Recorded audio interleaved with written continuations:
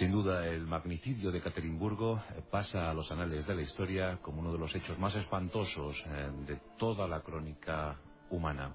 Fue el fin de una dinastía, la Romanov, y la verdad es que aquel episodio cruento dejó tantas brumas como incógnitas. La verdad es que durante más de 80 años se estuvo dilucidando si alguno de los integrantes de aquella familia real rusa pudo sobrevivir al inmenso castigo al que fueron sometidos. Hoy vamos a intentar aclarar algunos asuntos en estos pasajes de la historia sobre el asesinato, sobre el magnicidio de los Romanov. Pero nuestra historia comienza en el año 1920, 2 años después del regicidio. Nos encontramos en Berlín.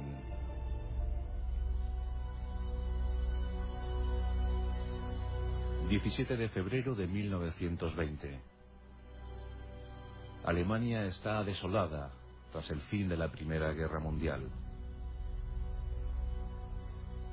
Han pasado apenas 13 meses desde el fin del conflicto y los alemanes intentan mirar al futuro. Berlín, como tantas ciudades germanas, se debate en una tremenda tragedia humana y económica. Y en medio de todo eso, un policía que en aquella noche del 17 de febrero realiza su ronda muy cerca de las riberas de un canal que transporta no solo agua sino un cuerpo. Una noche fría de 1920, el policía atónito contempla como una joven intenta zafarse del abrazo de las aguas. Con presteza recupera a la joven del canal y contempla a una mujer temerosa, trémula, pero de tremenda belleza. La joven en principio parece muda, no realiza ningún intento por contar quién es. Y esto en principio pues no preocupa al policía porque, como tantas que han intentado suicidarse antes, puede ser un caso más. Y la lleva a un hospital de Berlín. En el hospital, la joven recupera el calor y parece recuperar la memoria. Y en medio de la emoción confiesa a una enfermera ser la gran duquesa Anastasia, la única superviviente de una matanza provocada meses antes. Es una joven bellísima y que parece mostrar sinceridad en sus afirmaciones. Le confiesa a esta enfermera alemana que fue recuperada in extremis por un joven soldado ruso, miembro de aquel pelotón de ejecución, y que este soldado, enamorado ante la belleza, ante la inteligencia de Anastasia, pues la salvó para vivir un tierno romance que se prolongó justo lo que vivió el joven muchacho, el joven soldado, y que tras eso ella ya no recordaba más. La historia se propagó como la espuma. ¿Acaso había sobrevivido la gran duquesa Anastasia? ¿Acaso los Romanov conservaban todavía la posibilidad de algún día recuperar el trono de Rusia? La historia circuló por Europa, por Estados Unidos, por todo el mundo. En realidad, era una inmigrante americana llamada Anne Anderson, de un parecido extraordinario con la original duquesa rusa. Y como es de suponer, los supervivientes del clan Romanov, exiliados en cualquier punto de Europa, pues rápidamente quisieron conocer a la joven. Entre esos supervivientes se encontraba la propia hermana del zar Nicolás II, Olga Romanov, y también la hermana de la zarina Alessandra, Irene de Prusia. Ambas familiares interrogaron a la joven, pero titubearon ante el testimonio mostrado por Anne Anderson, supuesta gran duquesa Anastasia. Esto acontecía en 1923, y la verdad es que no fue la única que afirmó ser Anastasia. Fueron decenas de jóvenes las que se arrogaron el derecho de ser la única superviviente del clan Románov. Y eso hasta 1997, año en el que se desveló el gran enigma. Y todo gracias a las investigaciones en ADN. Pero tuvieron que pasar casi 80 años para saber la auténtica verdad. Bueno, será por tanto que nos retrotraigamos en el tiempo, vamos a retroceder en el tiempo para saber cómo fue aquella noche fatídica en la que murieron asesinados un zar, sus descendientes y sus mejores hombres de confianza. Viajamos, por tanto, hasta el año 1918.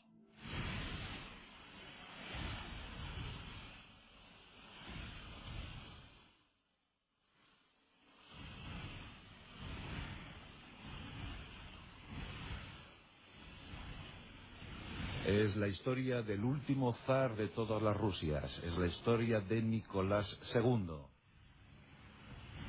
Un hombre perseguido por la desgracia, vituperado, vilipendiado, denostado por su pueblo. Tras el desastre de la Primera Guerra Mundial, conflicto bélico en el que habían fallecido millones de rusos, y el estallido de la Revolución de Octubre, la Revolución bolchevique, la situación para la Rusia imperial estaba muy comprometida. Tanto que los nuevos ideólogos, los nuevos gobernantes comunistas, los hombres que habían tomado el poder de la gran nación rusa, Lenin, Trotsky, Stalin, comenzaban a preparar planes de futuro, y en esos planes de futuro desde luego no contaban los Románov. El 20 de mayo de 1918, el zar Nicolás, su mujer, la zarina Alexandra, el zarevich Alexei y sus 4 hijas, Olga, Tatiana, María y Anastasia, se encontraban en la localidad de Ekaterimburgo, un pueblecito sito en Rusia central. Con ellos muy pocos servidores, tan solo su médico personal, Eugenio Vodkin, y 3 ayudantes. 11 personas en total. En aquel día, en ese 20 de mayo, la familia imperial esperaba mejores acontecimientos. ¿Acaso un exilio en Crimea y posteriormente en Europa? ¿Los bolcheviques les permitirían la salida del país? ¿Algún día recuperarían el trono? Como digo, los bolcheviques dominaban por entero la situación. Lo que nadie podía suponer era el fin de todo un linaje. Un linaje iniciado en los mismísimos tiempos de Iván IV el Terrible, cuando se casó con una mujer de idéntico nombre a la gran duquesa Anastasia, Anastasia Románov. De aquella unión surgiría años más tarde el primer Románov, el primer zar Románov, Miguel. Pero era el siglo XVII. Pasaron muchos años, pasaron muchas guerras, muchas vicisitudes, muchas humillaciones para el pueblo ruso. Situaciones de auténtica esclavitud, miseria para un pueblo que se alzó en armas a principios del siglo XX y que finalmente consumó su revolución en ese momento de octubre de 1917. Antes había muerto un tal Grigori Efanovich, llamado por todos Rasputín, que significaba disoluto. El príncipe Yusupov lo había asesinado, y en ese momento del asesinato se supo un pronóstico fatal, una profecía fatal. Rasputín auguraba que si él era asesinado, que si a él le pasaba algo gravísimo, algo fatal, la familia Románov no tardaría en acompañarle. Por desgracia, aquel vaticinio se cumplió. El profeta disoluto acertó en su último pronóstico. El 20 de mayo de 1918, una columna de soldados bolcheviques, comandados por un hombre llamado Yakov Yurovsky, se dirigieron hacia Ekaterimburgo. Tenían una misión terrible. Debían custodiar a la familia Románov hasta recibir órdenes del Kremlin, órdenes de Moscú. Yurovsky temía lo peor. Sabía que tarde o temprano esa orden fatídica de la que nadie quería hablar terminaría por llegar. El teléfono estaba siempre dispuesto y los bolcheviques custodiaban algo temerosos la residencia de los Romanov. Pasaron algunas semanas plagadas de incertidumbre. Los dirigentes comunistas, los dirigentes bolcheviques no sabían muy bien qué hacer con los Romanov, aunque el sector duro se empeñaba en imponer sus tesis. Había que eliminar cualquier vestigio de la Rusia imperialista. Y eso implicaba asesinar, eliminar, ejecutar al zar Nicolás II y a toda su descendencia. Julio de 1918. Un verano muy agradable en Rusia, que sin embargo, a pesar del clima benigno, se debate en una guerra fratricida, en una guerra civil. El zar Nicolás todavía sueña con ser recuperado, con ser liberado por sus seguidores, los blancos. Incluso le llegan noticias, le llegan rumores sobre que algunas columnas, algunos contingentes de sus ejércitos pueden estar cerca de Ekaterimburgo. Los bolcheviques deciden actuar. No pueden consentir que los Romanov sean liberados. Yakov Yurovsky recibe una llamada de Moscú. Y en esa llamada alguien le ordena ejecutar a los Romanov. Nos encontramos en la madrugada, en la noche del 16 al 17 de julio de 1918. Yurovsky prepara concienzudamente su plan de actuación.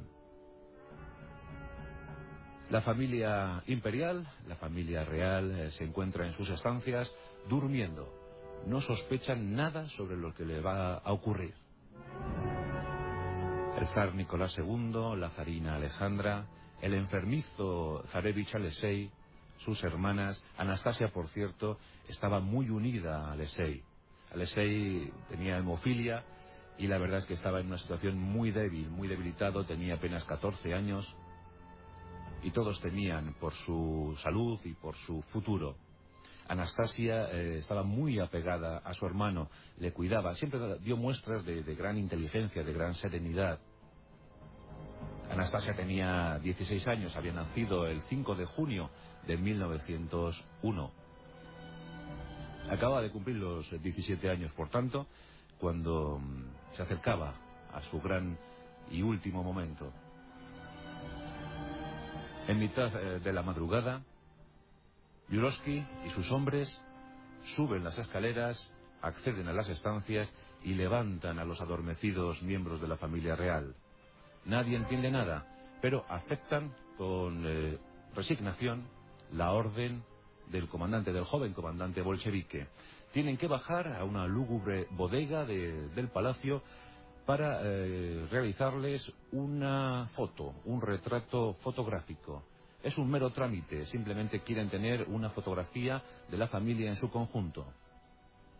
El zar Nicolás II empieza a sospechar que algo raro está ocurriendo.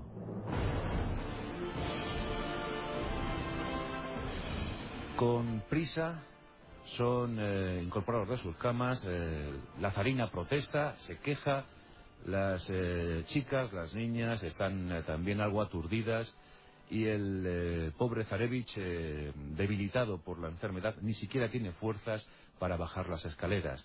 Las baja cogido por su padre. Es una imagen terrible, patética. También bajan los servidores, los ayudantes y el médico. 11 personas que se encaminan hacia su particular patíbulo. Yurovsky, joven y nervioso, les anima a que aceleren el paso, que solo será el trámite de la fotografía y que después podrán volver a dormir en sus habitaciones. La familia se interna en esa bodega, un sitio húmedo, inhóspito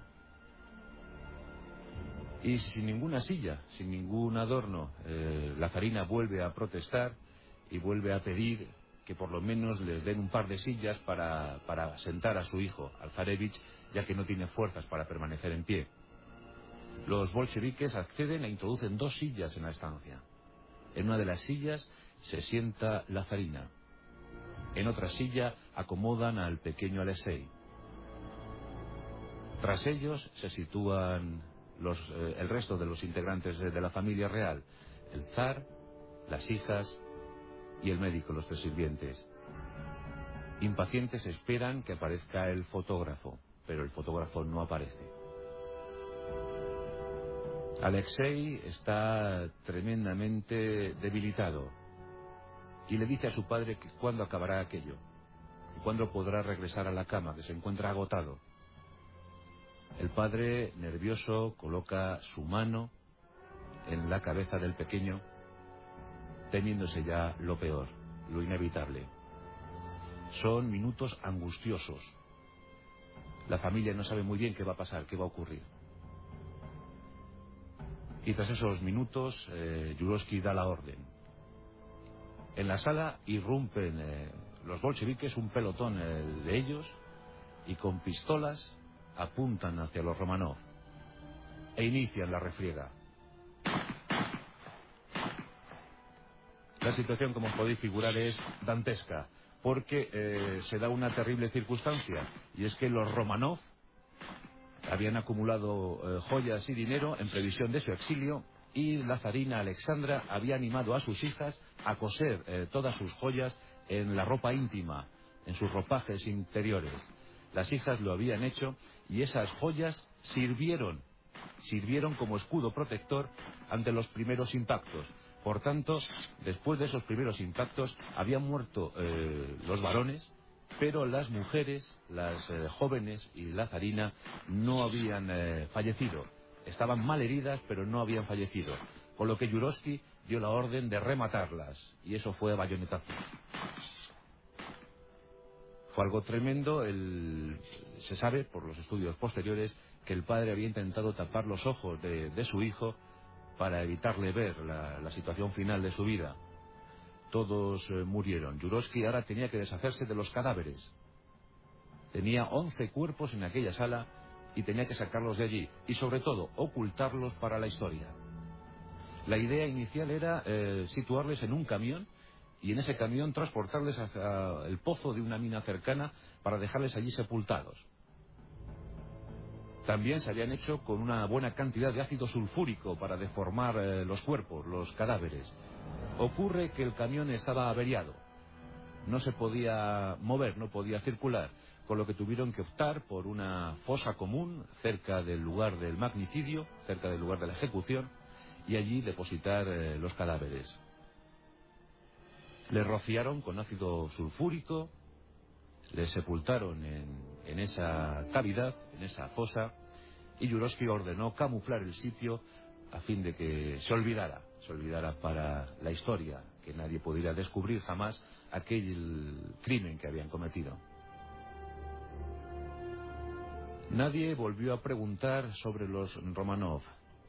Todos sabían que lo peor había ocurrido, pero nadie pudo, dada la posición política, dadas las circunstancias del país, nadie quiso buscar los cuerpos, los restos de aquel crimen horrendo. Y pasaron los años. Como digo, la falta de información hizo que afloraran numerosísimas leyendas urbanas.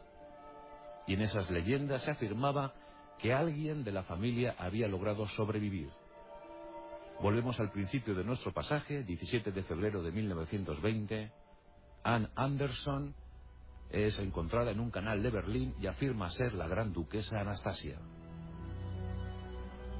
Todo el mundo empieza a creer esa versión porque, de hecho, según algunos familiares, la joven se parecía enormemente a Anastasia Romanov.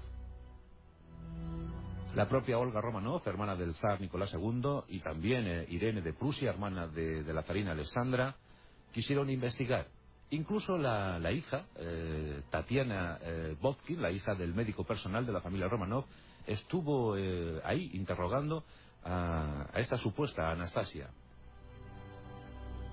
El propio hijo de Irene de Prusia creó un formulario con preguntas que solo podía saber Anastasia Romanov.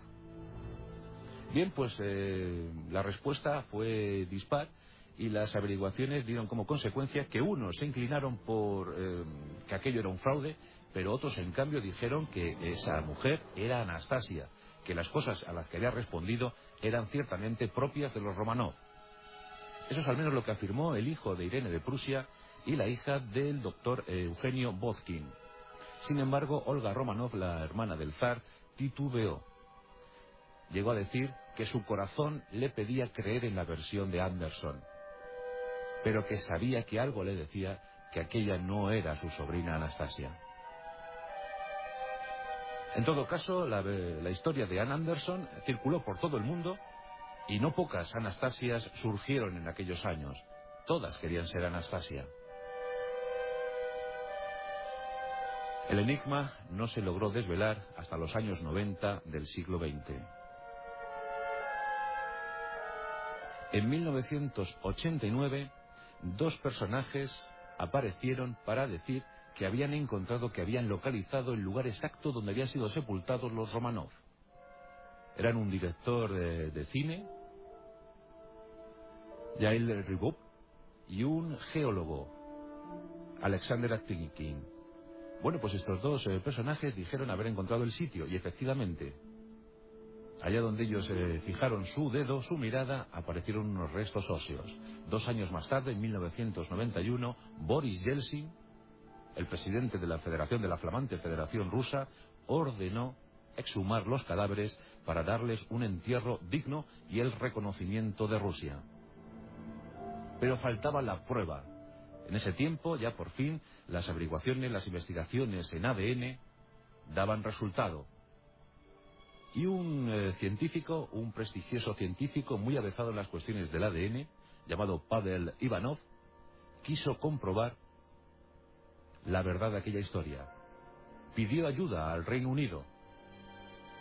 Y en el servicio de forenses del Reino Unido se encontraba todo un experto, Peter Gill. Ruso y británico trabajaron arduamente en el misterio del asesinato de los Romanov.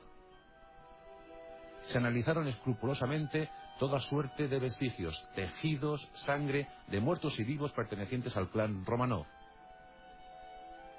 Incluso se exhumaron los cadáveres de algunos zares para extraer el material genético que se pudiera confrontar con lo que se tenía, unos 1000 restos óseos, unos 1000 restos de huesos, y con minuciosidad se fue trabajando en laboratorio. Incluso se solicitó material genético al príncipe Felipe de Edimburgo, el marido de la actual reina de Inglaterra, Isabel II. El príncipe Felipe de Edimburgo era el primo hermano de la zarina Alexandra.